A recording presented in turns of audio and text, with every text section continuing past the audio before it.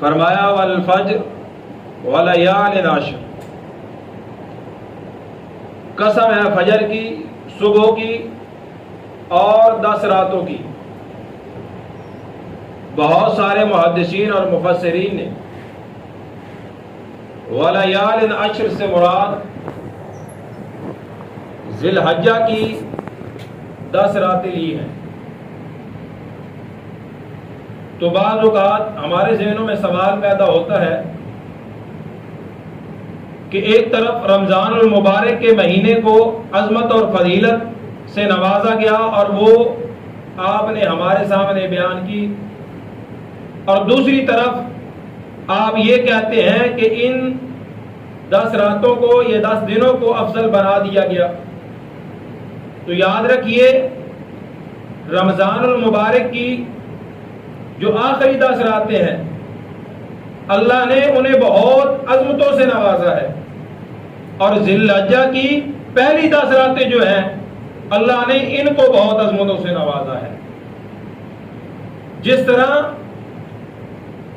انسان رمضان المبارک کے اندر آخری 10 راتوں میں عبادت کا، نماز کا، زکوٰۃ کا اپنا شیڈول بناتا ہے، اسی طرح انسان کو چاہیے کہ انسان ان 10 دنوں میں ذی الحجہ کے جو پہلے 10 دن ہیں اسی طرح انسان اپنی عبادت کا شیڈول بنا لے۔ جس طرح رمضان المبارک کی آخری 10 راتوں میں انسان نیکی کرتا ہے اور اللہ رب العالمین اس کا اجر اور ثواب بڑھا چڑھا کے دیتے ہیں، اسی طرح اگر کوئی شخص ان 10 دنوں میں نیکی کرتا ہے اللہ رب العالمین اس کا اجر و ثواب بھی باقی تمام دنوں سے زیادہ دیتے ہیں۔ یہ ایسے نہیں میں بات کر رہا، میرے پیارے پیغمبر جناب محمد صلی اللہ علیہ وسلم کی حدیث مبارکہ ہے صحیح البخاری کے اندر، آپ صلی اللہ علیہ وسلم نے فرمایا باقی دنوں کے اعمال، باقی پورے سال کے اعمال ایک طرف اور ان 10 دنوں کے اعمال ایک طرف، یعنی باقی پورا سال آپ نے نیکی کی، باقی پورا سال آپ نے زکوٰۃ دی، باقی پورا سال آپ نے صدقہ کیا اللہ کے راستے میں، اگر کوئی شخص ان 10 دنوں میں نیکی کرتا ہے، پورے سال ایک طرف صدقہ کرتا رہے اور ایک طرف ان 10 دنوں میں صدقہ کرے، یہ 10 دن بہت عظمتوں کے مالک ہیں۔ اللہ رب العالمین ان 10 دنوں کی وجہ سے پورے سال کا ثواب عطا کر دے گا، اور کس قدر یہ عظمت کے مالک دن ہے، کس قدر یہ شانوں کے مالک دن ہے۔ نبی مکرم جناب محمد رسول اللہ صلی اللہ علیہ وسلم نے جب یہ حدیث بیان فرمائی کہ میرے صحابہ پورا سال بندہ نمازیں پڑھے، پورا سال بندہ صدقہ کرے، پورا سال بندہ نیکی کے کام کرے، میرے صحابہ ان 10 دنوں کے برابر نہیں ہو سکتے۔ اللہ کے نبی صلی اللہ علیہ وسلم کے صحابہ کہنے لگے اللہ کے نبی جہاد بھی نہیں، جہاد بھی نہیں۔ اللہ کے نبی جہاد تو بڑا عمل ہے، وہ تو اسلام کی چوٹی ہے، وہ تو اسلام کا سر ہے، کیا وہ بھی نہیں اس کے برابر ہو سکتا؟ فرمایا ہاں میرے صحابہ جہاد بھی نہیں ہو سکتا، جہاد بھی ان 10 دنوں کے مقابلے میں نہیں ہو سکتا۔ فرمایا ہاں میرے صحابہ ایک شخص ایسا ہو جو جہاد کرنے کے لیے گیا ہے، اس کی نیت خالص تھی میں اللہ کے لیے لڑوں گا، اس کی نیت خالص تھی میری جان، میرا مال، میرا سب کچھ اپنے رب کے لیے حاضر ہے، وہ کچھ بھی واپس لے کے نہیں آتا، جان بھی اس کی چلی گئی، اس کی سواری بھی چلی گئی، اس کا اسلحہ بھی چلا گیا، اس کا مال بھی چلا گیا۔ فرمایا میرے صحابہ اس کے اعمال زیادہ ہیں، اس کے اعمال زیادہ ہیں۔ لیکن اگر ایک شخص ان دنوں میں نکلتا ہے اللہ کے راستے میں، اپنے مال کو قربان کیا، اپنے اسلحہ کو لے کے گیا، اپنی جان کو لے کے گیا، گھر کی طرف نہیں لوٹا، اللہ کے لیے اپنی جان کو قربان کر دیا، پھر ان دنوں کا جہاد باقی تمام دنوں کے جہاد سے بہتر ہوگا۔ ان دنوں کا جہاد تمام دنوں کے جہاد سے بہتر ہوگا۔ تو لہذا ان دنوں کو اپنی زندگی کا قیمتی حصہ جانیے۔ آپ بڑے خوش نصیب لوگ ہیں، اللہ نے آپ کی زندگی میں ایک بار پھر یہ دن لا کے رکھ دیے، بڑے آپ خوش نصیب لوگ ہیں۔ ان دنوں کی قیمت اور قدر کو جانیے کہ اللہ نے ان دنوں کو کتنا قیمتی بنایا ہے. ایک اول شاید اس سے ہم گزر چکے. آئندہ سال انشاءاللہ تعالی اللہ نے زندگی رکھی تو پہلے ہی آپ کو یاد دہانی کروا دی جائے گی. فرمایا میرے صحابہ جو بندہ قربانی کا ارادہ رکھتا ہو, اللہ کے راستے میں جانور ذبح کرنا ہے, جانور ذبح کرنے کا ارادہ رکھتا ہے, فرمایا وہ اپنے بالوں کو اور اپنے ناخنوں کو نہ تراشے, اپنے بالوں کو بھی نہ کاٹے اور اپنے ناخنوں کو بھی نہ تراشے. کب؟ ذی الحجہ کا چاند نظر آنے سے پہلے پہلے کاٹ لے. ان 10 دنوں میں اس نے نہ اپنے بالوں کو تراشنا ہے اور نہ اپنے ناخنوں کو. جب آپ نے نماز عید پڑھ لی, جب آپ نے قربانی کر لی, قربانی کرنے کے بعد آپ اپنے ناخنوں کو اور اپنے بالوں کو کاٹیں گے. یہ رسول اللہ صلی اللہ علیہ وسلم کی حدیث مبارک ہے. اس پر سب کا عمل اور سب کا یقین ہونا چاہیے. اس سے آگے بڑھیے. اب ایک شخص ایسا ہے اس کے پاس مال نہیں ہے, اس کے پاس اتنا پیسہ نہیں ہے کہ وہ اللہ کے راستے میں جانور کو ذبح کر سکے. فرمایا میرے صحابہ پریشان نہیں ہونا, امت میں غریب لوگ بھی ہوں گے. اللہ کے نبی صلی اللہ علیہ وسلم نے مسئلہ ہی حل کر دیا. فرمایا قربانی کا ثواب لینا چاہتے ہو, اللہ کے راستے میں جانور ذبح کرنے کا ثواب لینا چاہتے ہو, میرے صحابہ ذی الحجہ کا چاند نظر آنے سے پہلے پہلے آپ بھی اپنے بالوں کو کاٹ لیں, اپنے ناخنوں کو تراش لیں اور آپ بھی 10 دن انتظار کریں. نماز عید پڑھنے کے بعد آپ اپنے بالوں کو کاٹیں اور اپنے ناخنوں کو تراشیں. اللہ رب العالمین آپ کو بھی قربانی کرنے کا ثواب عطا کر دے. یہ رسول اللہ صلی اللہ علیہ وسلم کی حدیث مبارکہ ہے. آپ صلی اللہ علیہ وسلم کے صحابی حضرت عبداللہ بن عمر رضی اللہ تعالی عنہما اور سیدنا ابو ہریرہ رضی اللہ تعالی عنہ فقیہ الامہ صحابی, جو ہی پہلا دن ذی الحجہ کا شروع ہوتا آپ بازار میں نکل جاتے اور بلند آواز سے تکبیرات پڑھا کرتے تھے. اللہ اکبر لا الہ الا اللہ واللہ اکبر اللہ اکبر وللہ الحمد. بلند آواز سے ان تکبیرات کو پڑھا کرتے تھے. تو آج ہمارے چھوٹے سا چھوٹا کوئی بچہ بھی ہو, کوئی بڑا ہو, کوئی بوڑھا ہو, اس کی یہ روٹین ہونی چاہیے. جب بھی گھر سے نکلے, جب گھر میں داخل ہو, جب بازار میں آئے, جب مسجد کی طرف آئے, اس کے منہ سے یہ کلمات اللہ کی حمد و ثنا بیان ہونی چاہیے. کیوں بھائی, کرو گے کہ نہیں؟ شرمانا نہیں ہے. یہ کیا کر رہے ہیں؟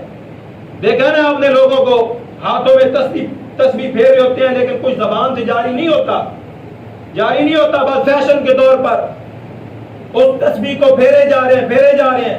اگر وہ نہیں شرماتا تو آپ نے نبی پاک علیہ الصلوۃ والسلام کی حدیث پر عمل کرتے ہوئے ان الفاظ کو اپنی زبان پر جاری کرنا ہے. ان تکبیرات کو آپ نے سیکھنا ہے. جس کو آتی ہیں وہ دوسرے بھائیوں کو سکھائے, اپنے بچوں کو سکھائے, اپنے دوسرے بھائیوں کو سکھائے. دین سیکھنے میں کبھی بھی شرم محسوس نہیں کرنی. اگر آج شرم کر گئے تو سمجھ لینا پھر ساری زندگی اور قیامت کے دن اللہ رب العالمین کے سامنے بھی شرمندہ ہونا پڑے گا. تو اپنی زندگی کا ان اذکار کو حصہ بنا لیجیے. اور نبی پاک علیہ الصلوۃ والسلام فرماتے ہیں, آپ صلی اللہ علیہ وسلم ان 10 دنوں میں روزوں کا بھی اہتمام کیا کرتے تھے. اور 9 ذی الحجہ کا روزہ اپنی تاریخ کے مطابق, اپنی ڈیٹ کے مطابق, پاکستانی تاریخ کے مطابق جو 9 ذی الحجہ ہوگی جس دن, اس دن جو بندہ روزہ رکھے گا, میرے پیارے پیغمبر جناب محمد رسول اللہ صلی اللہ علیہ وسلم فرماتے ہیں اللہ 1 سال پہلے کے اور 1 سال آنے والے کے اللہ رب العالمین گناہ مٹا کے رکھ دے گا. 1 سال پہلے اور 1 سال آنے والا روزہ رکھنا ہے آپ نے. بھائیو رکھو گے کہ نہیں رکھو گے؟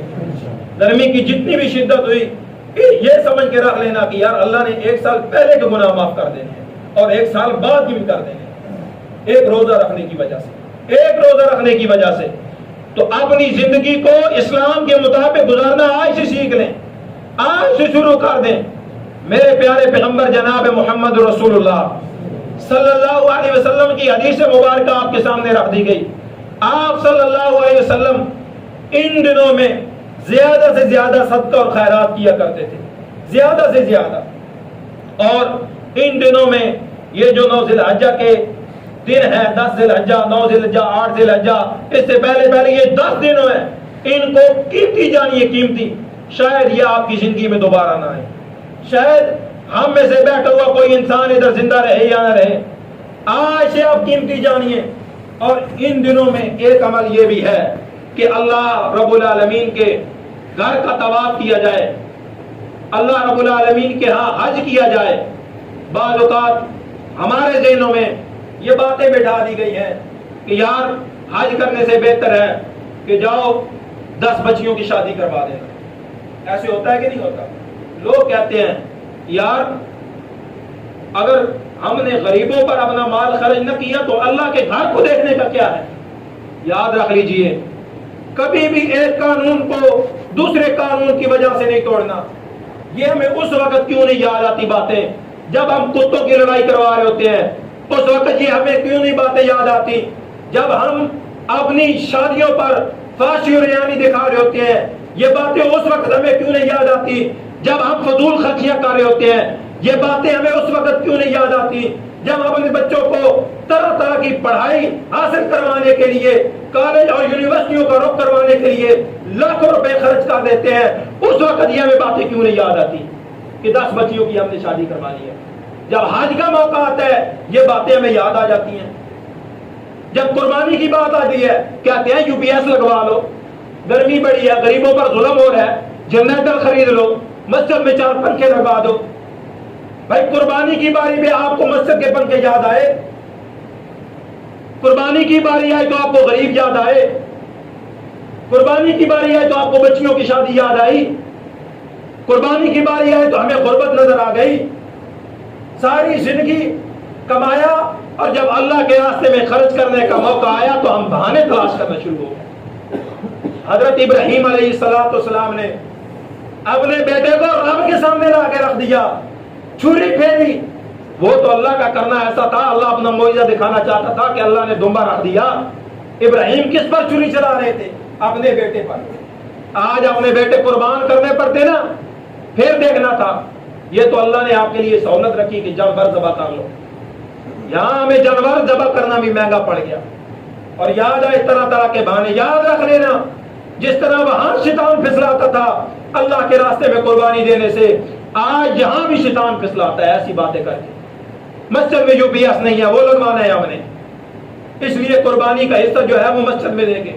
مسجد کی تعمیر کا کام جاری ہے، اس لیے قربانی کے پیسے جو ہے وہ مسجد کی تعمیر میں لگائیں گے. میرا بھائی بڑا غریب ہے، میں چاہتا ہوں یہ قربانی والے پیسوں سے وہ کاروبار کر لے، بڑا وہ کاروبار کرے گا قربانی والے پیسوں سے. اللہ کے بندو، اللہ نے طاقت دی ہے، ہمت دی ہے، اپنے مال کو اللہ کے راستے میں خرچ کرنا سیکھو. یہ بہانے نہ تلاش کرو، یہ ان لوگوں کے بہانے ہیں جو بے دین لوگ ہیں، جو ملحد لوگ ہیں، جن کو دین کا پتہ نہیں، اسلام کا پتہ نہیں. حالانکہ سچی بات ہے جو ان دنوں میں قربانی کرے گا وہی باقی دنوں میں بھی مال تقسیم کرتا ہے. ایسی بات ہے کہ نہیں؟ جو ان دنوں میں اللہ کے راستے میں قربانی کرے گا وہی غریبوں کا خیال رکھتا ہے. جو اللہ کا خیال نہیں رکھتا وہ غریبوں کا کیا خیال رکھے؟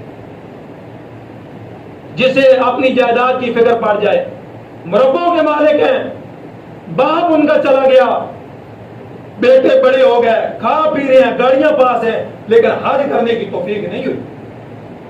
حج کرنے کی نہیں توفیق ہوئی. اور یہ بھی یاد رکھ لینا، بعض لوگ سمجھتے ہیں میں نہیں حج پہ جاتا. بھائی اللہ تجھے بلاتے ہی نہیں، تو نہیں جاتا. بڑے بڑے ایسے لوگ ہیں، کروڑوں روپے پاس موجود ہیں، لیکن اللہ کی طرف سے پیغام ہی نہیں آیا، اللہ کی طرف سے رحمت ہی نہیں نازل ہوئی. اور پچھلے دنوں ایسی بڑھیوں کو بھی دیکھا جو لوگوں کو گھروں میں کام کرتی تھی، ایک ایک روپیہ جمع کیا، اللہ نے اسے اپنا گھر دکھا دیا. اور یہاں پر کروڑوں روپے کا مالک جو ہے انہیں پتہ ہی نہیں حج ہوتا کیا ہے. ایسے ہی بس بات سمجھی ہوئی ہے، جانا ہے. اور بعض لوگ جاتے ہیں، جا کے حج کس لیے کرنا ہے؟ لوگوں کو دکھانے کے لیے، لوگ مجھے حاجی کے. اس سے بہتر تھا تو حج نہ کرتا، اس سے بہتر تھا تو غریب ہوتا، اس سے بہتر تھا تو بیت اللہ کا طواف نہ کرتا. اللہ کے لیے اپنے آپ کو قربان کرنا سیکھو. اور کچھ لوگ وہاں پر جاتے ہیں, کبھی ادھر کی تصویر کبھی ادھر کی تصویر. بھائی لوگوں کو دکھانے کے لیے آپ نے حج کیا ہے, اور حج پر جانے سے پہلے جو ہے سارے لوگوں کی اپنے رشتہ داروں کی دعوت کرتے ہیں. وہ دعوت کس لیے ہے؟ وہ اس لیے دعوت ہوتی ہے کہ لوگوں کو بتاتے ہیں حج کرنے کے لیے جا رہے ہیں. نیکی کرو اللہ کے لیے کرو, وہی عمل قبول ہے. اگر ریاکاری آ گئی اللہ سارے اعمال برباد کر کے رکھ دیتا ہے. اپنے آپ کو قیمتی جانو, قربانی اللہ کے لیے آپ نے کرنی ہے. اور دوسرا مسئلہ بھی سن لیں ساتھ ساتھ. بعض لوگ کہتے ہیں بھائی اتنی گنجائش نہیں ہے, کیا ادھار لے کے قربانی کر سکتے ہیں؟ بھائی ادھار لے کے قربانی کر سکتے ہیں. یہ کہتے ہیں بھائی ادھار لے کے کپڑے پہنتے ہو کوئی نہیں پہنتے, گھر کا راشن لیتے ہو کوئی نہیں لیتے, ادھار لے کے کھاد اٹھا کے لاتے ہو کوئی نہیں لاتے, ادھار لے کے ڈیزل لیتے ہو کوئی نہیں لیتے. سارے کام ادھار سے ہو سکتے ہیں, قربانی کیوں نہیں ادھار سے ہو سکتی؟ اگر آپ کو پتا ہے کہ آپ یہ قربانی والا ادھار جو ہے یہ چند دنوں میں, ایک مہینے میں, 1.5 مہینے میں اتار دو گے, تو آپ کسی سے پیسے پکڑ کے قربانی کے حصے دار بن جائیں, آپ شریک ہو جائیں قربانی میں. اللہ رب العالمین آپ کو اس کا اجر و ثواب عطا کرے گا.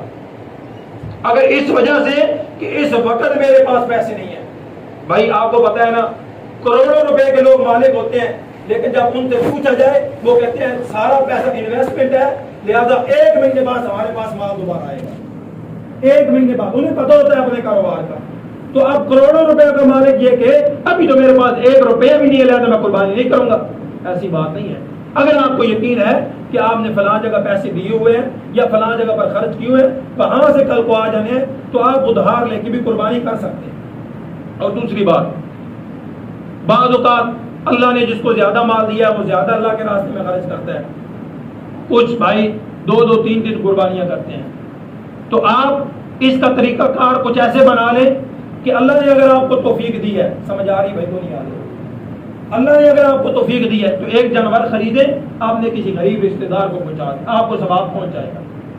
اس سے یہ بہتر ہے کہ آپ اپنے گھر میں ساری قربانی کریں اور تھوڑا تھوڑا گوشت یا تھوڑا سا گوشت جو ہے آپ نے غریب رشتہ داروں کو بھیجیں, اور پھر ان کے ہاں آپ کی بلے بلے ہو فلاں ہمارے رشتہ دار نے ہمارے ہاں گوشت بھیجا ہے. اس سے بہتر یہ ہے کہ کوئی جانور خرید کے یا ان کا حصہ کسی پتی میں ڈال دیں, یہ زیادہ بہتر ہو جائے گا. اور دوسرا, باقی مسائل جو ہیں آپ کے سامنے بیان ہوتے رہیں گے, تو آپ جو ہے ان مسائل کو ضرور لازمی سمجھیے کہ آپ 1 جانور کو آپ نے لیا ہے, آپ نے کسی غریب بھائی کو بھیج دیا, اور 1 جو ایسا وہ آپ نہ رکھ لیں. یہ زیادہ بہتر ہوگا اور یہ زیادہ مناسب ہوگا, وہ بھی شرمندہ نہیں ہوگا, اللہ رب العالمین آپ کی طرف سے بھی قربانی قبول فرما لے گا. اب ان ایام میں میرے دل میں اور آپ کے دل میں یہ بھی تڑپ پیدا ہوتی ہے کہ ہم جو ہیں اللہ کے راستے میں نکلتے اور ہم بھی جا کے بیت اللہ کا طواف کرتے. بھائی تڑپ ہوتی ہے وہ نہیں ہوتی؟ ہوتی ہے نا. تو آپ کو ایسا عمل بتاتا ہوں, میرا رب آپ کو حج کرنے کا ثواب عطا کرے گا, حج کرنے کا ثواب عطا کرے گا.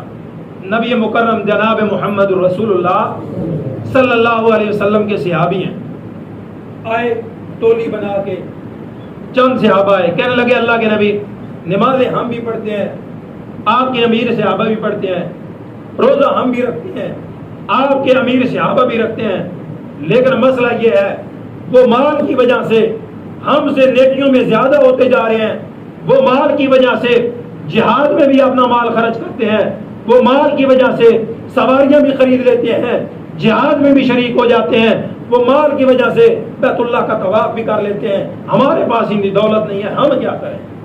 ہمارے پاس اتنی دولت نہیں ہے, ہم کیا کریں؟ فرمایا میرے صحابہ آپ جو ہے 33 مرتبہ سبحان اللہ, 33 مرتبہ الحمدللہ اور 33 مرتبہ اللہ اکبر پڑھ لینا, میرا رب تمہیں جہاد کا بھی ثواب عطا کرے گا, حج اور عمرے کا بھی ثواب عطا کرے گا. تو کوئی مشکل عمل ہے بھائیوں؟ آسان عمل ہے. ایک اور عمل سنیے, میرے پیارے پیغمبر جناب محمد رسول اللہ صلی اللہ علیہ وسلم فرماتے ہیں جو بندہ گھر سے چلتا ہے, کس لیے چلا؟ وضو کیا, وضو کرنے کے بعد وہ گھر سے چلتا آیا مسجد میں پہنچا, نیت کیا تھی کہ میں باجماعت نماز ادا کروں گا. کیا کروں گا؟ باجماعت نماز ادا کروں گا. یہ رسول اللہ صلی اللہ علیہ وسلم کی حدیث مبارکہ ہے. گھر سے چلا وضو کر کے چلا، چلتا ہے مسجد میں پہنچا، نیت کیا ہے؟ میں با جماعت نماز ادا کروں گا۔ با جماعت نماز ادا کرتا ہے، نبی صلی اللہ علیہ وسلم فرماتے ہیں اللہ اسے بھی حج کرنے کا ثواب عطا کر دیتے ہیں۔ اور آپ صلی اللہ علیہ وسلم فرماتے ہیں جو بندہ گھر سے چلا وضو کر کے چلا مسجد میں پہنچا، نیت کیا ہے؟ میں نفل نماز ادا کروں گا، وہ نفل نماز پڑھتا ہے، میرا رب اسے عمرہ کرنے کا ثواب عطا کر دیتا ہے۔ بھائیو کتنے پیارے عمل ہیں۔ دین سب کے لیے ایک ہے، کسی کے لیے دین علیحدہ نہیں ہے، اللہ نے سب کے لیے سہولیات رکھی ہیں۔ اب کوئی یہ عقیدہ نہ بنائے کہ غریبوں کا حج پاکستان میں ملتان میں ہوتا ہے اور امیروں کا حج ادھر ہوتا ہے، غریبوں کا ادھر ہوتا ہے اور امیروں کو ادھر ہوتا ہے، اور اللہ کی جس پر رحمت ہوتی ہے اللہ اس کو بلاتا ہے، غریب امیر اللہ نہیں دیکھتا۔ یہ عقیدہ چھوڑ دیجئے، فلاں دربار کا چکر لگائیں گے، ادھر 7 پھیرے لگائیں گے اور ادھر طواف کریں گے ہمارا حج ہوگا۔ ایسے بھی ہے کچھ لوگوں کا عقیدہ۔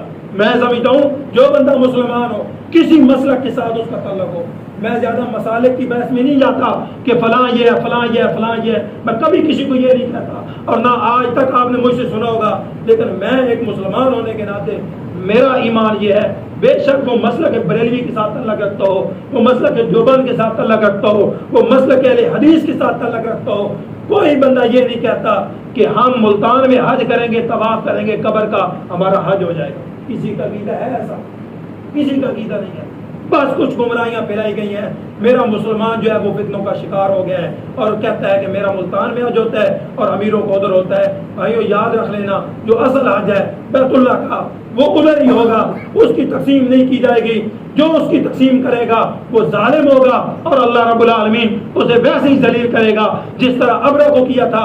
اس نے بیت اللہ کے مقابلے میں علیحدہ خانہ کعبہ بنایا تھا اور لوگوں کو کہا تھا ادھر متوجہ ہو جاؤ، پھر آیا لشکر لے کر بیت اللہ کو گرانے کے لیے میرے رب تعالیٰ نے ابابیل کو بھیجا، چھوٹے چھوٹے پرندوں کو بھیجا، اس کا ہاتھیوں جیسا لشکر مروا کے رکھ دیا۔ میرا رب ایسے ذلیل کرتا ہے جو دین کو نہیں سمجھتے، جو اسلام کو نہیں سمجھتے، جو بیت اللہ کے خلاف جانے کی کوشش کرتے ہیں۔ تو اللہ کے لیے آپ حقیقت کو سمجھیے، آپ کے سامنے جو اعمال بیان کیے ہیں ان اعمال پر غور کیجئے، فکر کیجئے، ان کو اپنی زندگی کا حصہ بنائیے، زیادہ سے زیادہ اس دنوں میں نیکیاں کیجئے، صدقات کیجئے، خیرات کیجئے، اپنے بھائیوں کا خیال رکھیے، ان دنوں میں قربانی کی اچھی سے اچھی تیاری کیجئے، ان دنوں میں 9 ذی الحجہ کا روزہ آتا ہے وہ رکھیے، زیادہ سے زیادہ نوافل پڑھیں، اور اللہ رب العالمین جو ان دنوں میں دعا کی جائے وہ اللہ رب العالمین باقی عام دنوں سے زیادہ ان دنوں میں قبول فرماتے ہیں۔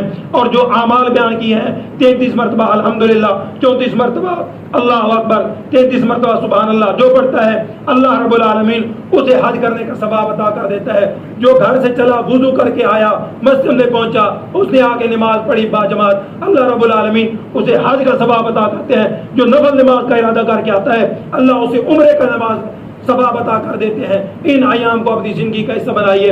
اللہ رب العالمین سے دعا ہے جو کچھ سنایا ہے اس پر عمل کرنے کی توفیق عطا فرمائے۔ وآخر دعوانا ان الحمدللہ رب العالمین۔